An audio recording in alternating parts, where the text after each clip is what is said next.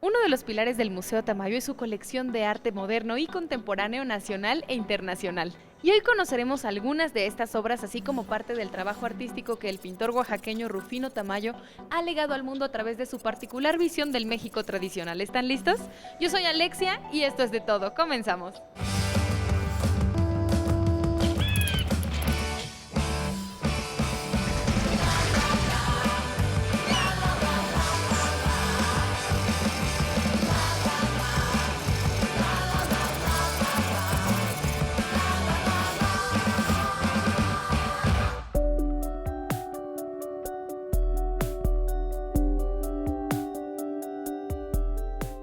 El maestro Juan Carlos Pereda nos acompañará a través de este museo para conocer qué es lo que alberga y por qué es tan importante, sobre todo en la época actual. Maestro, sabemos que este museo fue el primero de su tipo que existió en México.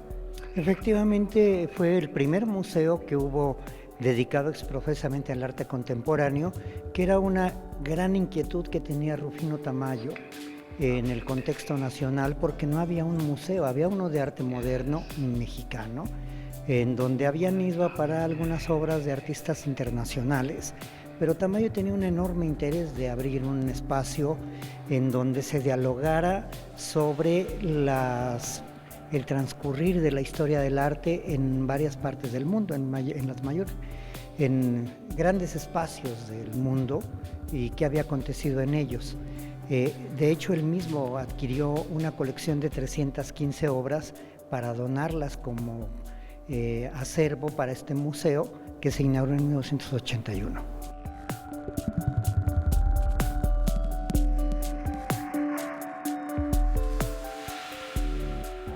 Maestro, háblenos un poquito sobre Rufino Tamayo. ¿Quién es este gran pintor mexicano que nos representó exitosamente durante todo el siglo XX como nación, brindándonos una identidad pictórica muy distinta a la que existía en ese momento por parte de sus otros tres contemporáneos? Bueno, ya lo dijo usted, Tamayo es un artista que tiene una personalidad única. Es un artista que no se liga a ninguna corriente política, que no hace descripción puntual como las extraordinarias que hizo Diego Rivera en sus murales. Tamayo es un poeta visual. Tamayo deja de lado todos los contenidos que pudiéramos asociar con lo social o político. Y sin embargo es muy profundamente mexicano.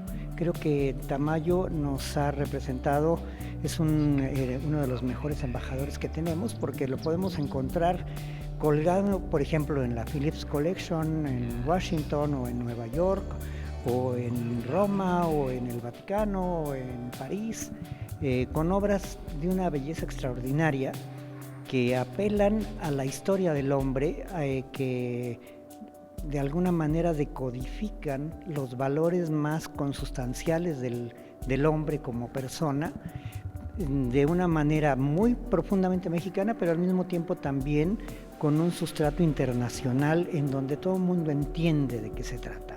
Si bien él no colaboró durante mucho tiempo con las ideas, no trabajó con ellas acerca de la Revolución Mexicana y, digamos, engrandecer este espíritu que muchos otros artistas decidieron hacerlo, él sí hizo por ahí unos bocetos.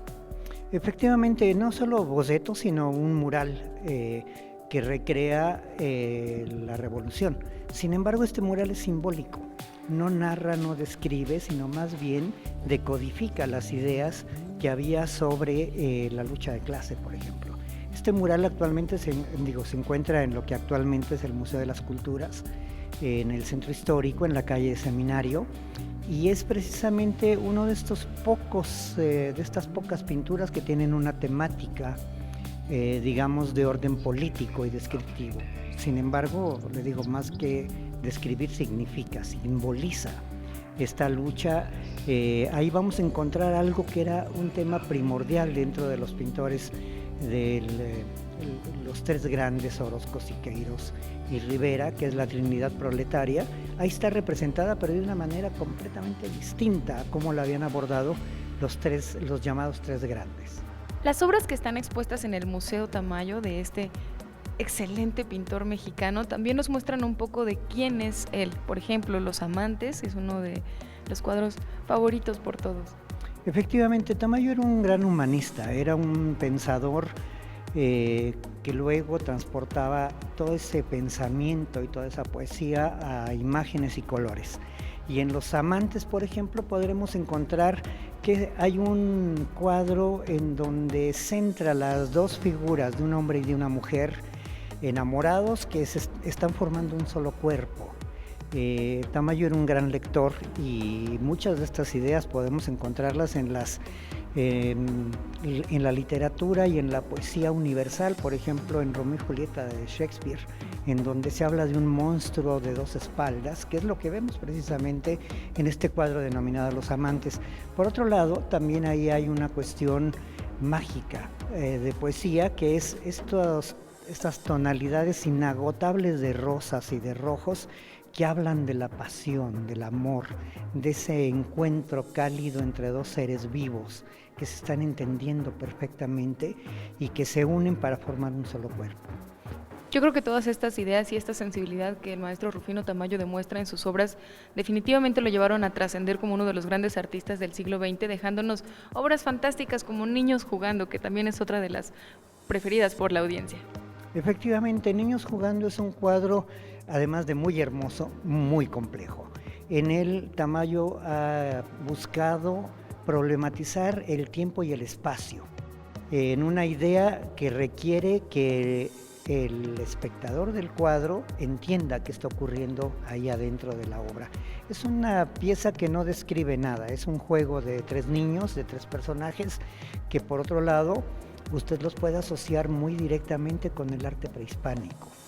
Pero luego, cuando se enfrenta al contexto que casi es abstracto, en donde están incluidos estos tres personajes, va a encontrar una serie de movimientos virtuales y un ámbito, una atmósfera sobrecargada de texturas, de colores, y es un cuadro que hay que ver en persona porque además de bello es muy complejo. Naturaleza muerta es otra de las obras del maestro Tamayo que están expuestas en este museo.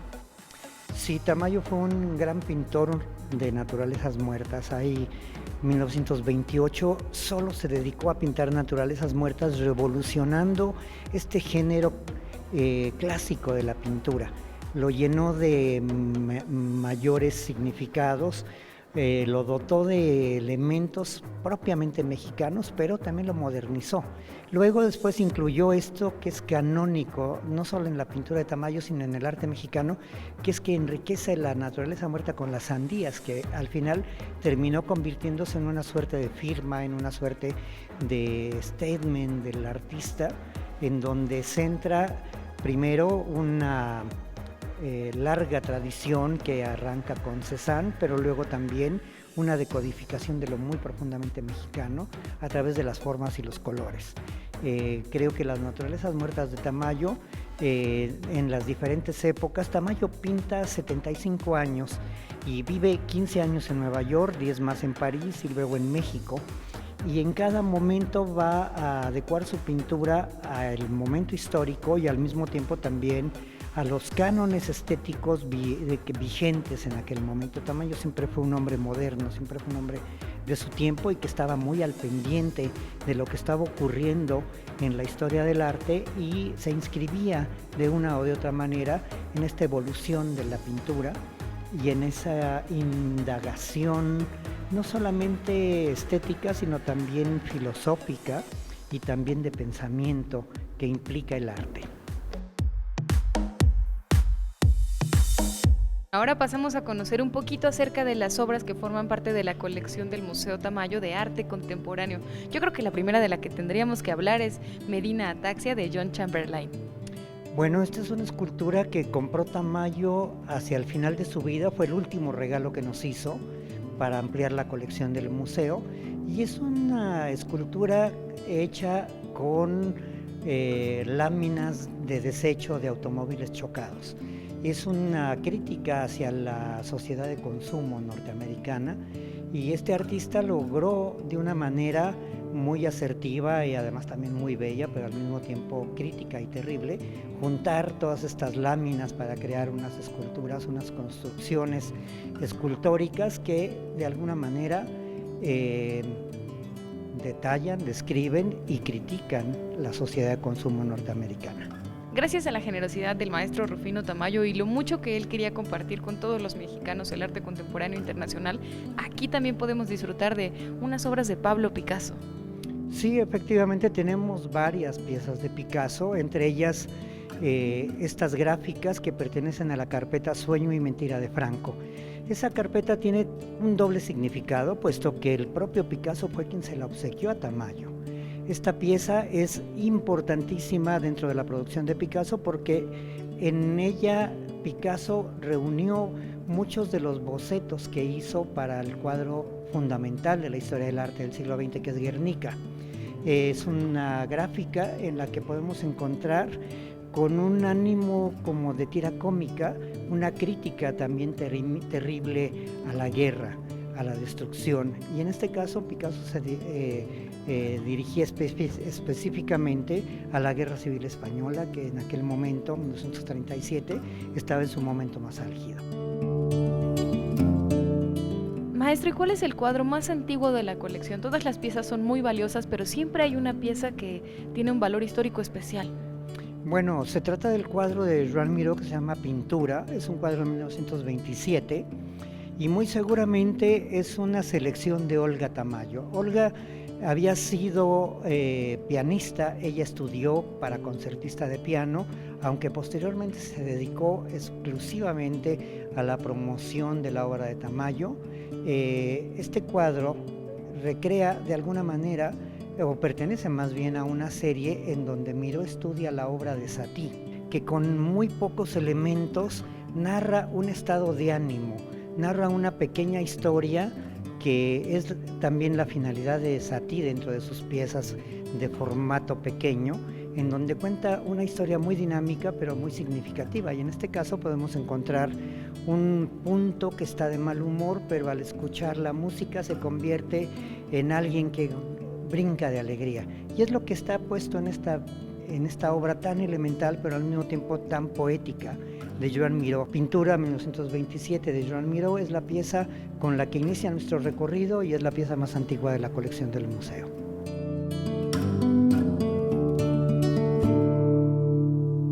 El Museo Tamayo está estrenando un proyecto que consiste en exponer obra de artistas actualmente activos en esta sala, lo cual me parece una parte importante para que los museos continúen teniendo actividad, digamos, viva, Carla. Sí, claro que sí. Bueno, esta nueva sala se llama de proyectos especiales y estamos tratando de invitar a artistas consolidados a realizar o proyectos nuevos o proyectos en los que están trabajando actualmente, ¿no? Con la finalidad que como tú comentas, de tener aquí cosas que se están produciendo en este momento. Y es Eduardo Saravia quien inaugura este proyecto. ¿Con qué exposición, Carla? Bueno, sí, Saravia inaugura este proyecto con Serpiente Emplumada y otros festejos, que es una instalación que el artista ha estado trabajando recientemente. Y bueno, no sé si quieras también que te comente un poquito de qué va toda la exposición. Sí, por supuesto que sí. Además, la producción de Eduardo Saravia también es particular, puesto que es de los pocos artistas que aún, digamos, mete mano en cada pieza de sus obras. Sí, claro que sí, esto es muy importante porque a Saravia le gusta, por ejemplo, incidir sobre los materiales que está trabajando, y si tiene dibujos, bueno, él dibuja, ¿no? Es muy importante esto como para Saravia, porque los artistas contemporáneos actualmente trabajan de otros modos, ¿no? Pero él es un artista, digamos, que está completamente involucrado con su práctica. ¿Y de qué se trata la exposición? Bueno, esta exposición trata de muchas cosas, ¿no? Sobre todo también un poco de cómo la economía funciona, no solo a través del flujo de dinero, sino a través del flujo de los materiales o de los recursos humanos. Y bueno, es importante porque Saravia es mitad mexicano, mitad estadounidense, entonces todo el tiempo está pensando como en esta migración de cosas que por un lado viaja de una manera como en sinergia, y por el otro lado también crea estos espacios de conflicto. Y esta exposición habla sobre el mercado negro que envuelve todo la transacción o el movimiento de aves que antes eran consideradas sagradas, ¿no? Como es el cucuardilla, la espátula rosada, el quetzal sobre todo. El quetzal es una figura central de esta exposición. Antiguamente era considerada un ave sagrada porque pues cuando volaba como por sus plumas parecía una serpiente emplumada, y ahora con esa ave pues se trafican sus plumas. Es muy importante pensar que todas estas aves están aquí porque son las que formaban parte del penacho de Moctezuma, ¿no? Sus plumas se utilizaron para producir el penacho de Moctezuma y actualmente están en peligro de extinción, ¿no? Y bueno, también vamos a ver que están rodeando ceibas sagradas, que era el árbol sagrado para las antiguas culturas prehispánicas, sobre todo al sur de México y también en otros países que están en la frontera sur. Y bueno, la ceiba es un árbol que justamente como que une la tierra con lo sagrado, ¿no? Con el cielo sagrado, y se supone que ahí era la morada de los dioses cuando los dioses estaban en forma de quetzal.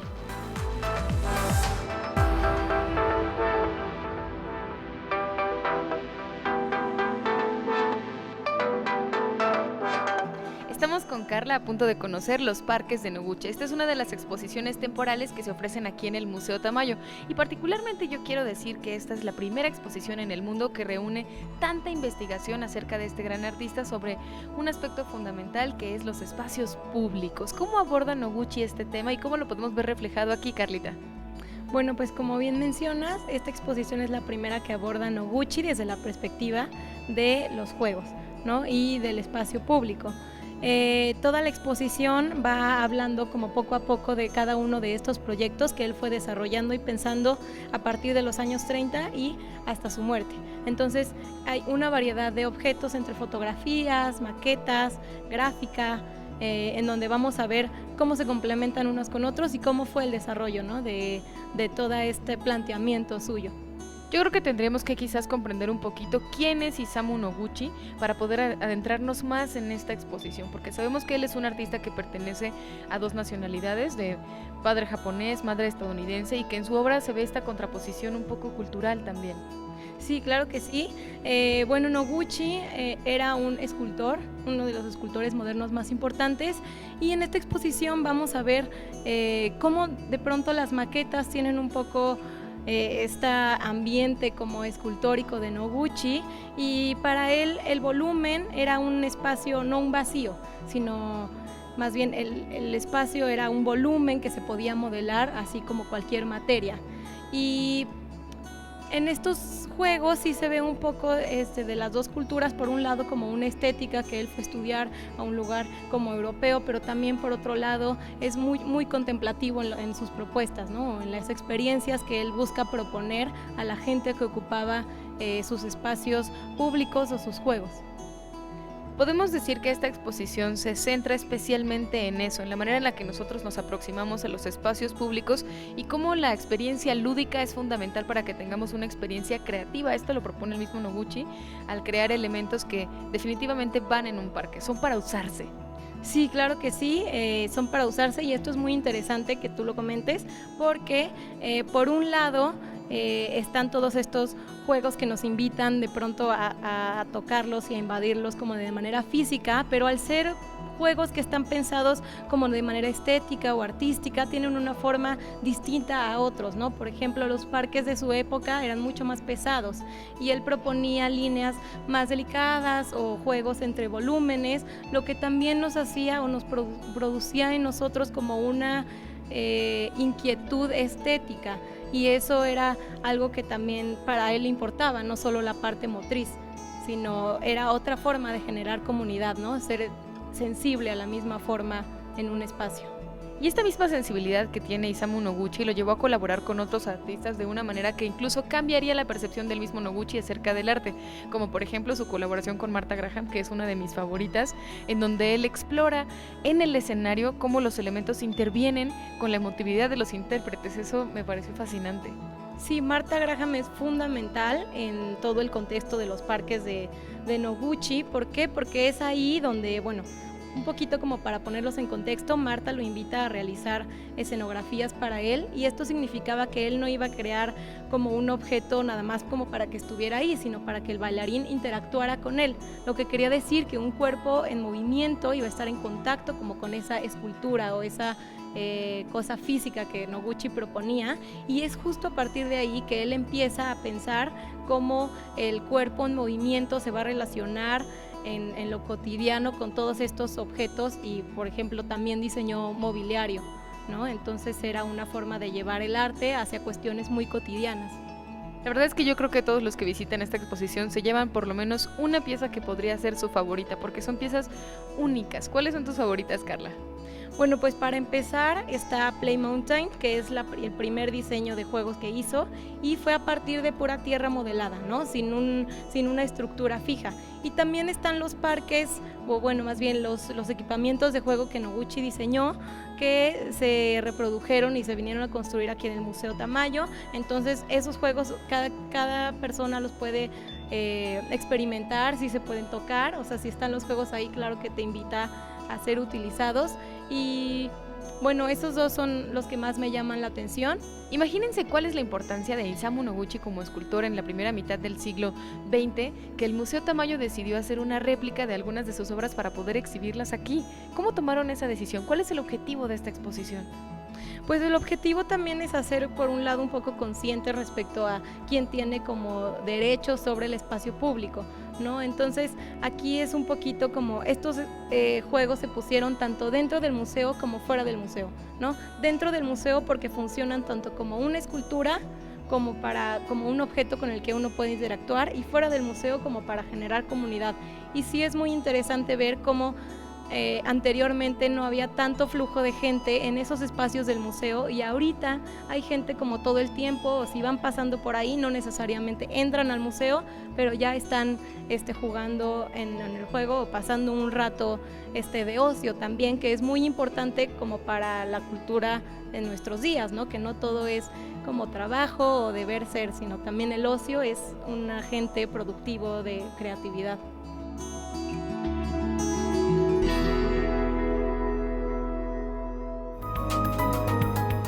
Contar con un acervo como el del Museo Tamayo, y que además sea un espacio que siempre está abierto a las creaciones artísticas modernas y contemporáneas de todas las nacionalidades, lo convierte en uno de nuestros museos más importantes y que definitivamente tenemos que visitar constantemente.